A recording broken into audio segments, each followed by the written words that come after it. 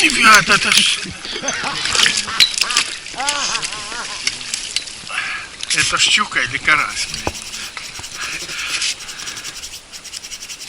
Это карась. Он вытворяет такое. Вот Димон поймал карасика.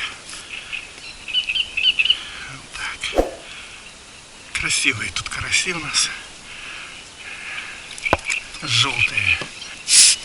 Так, карасика запускаем.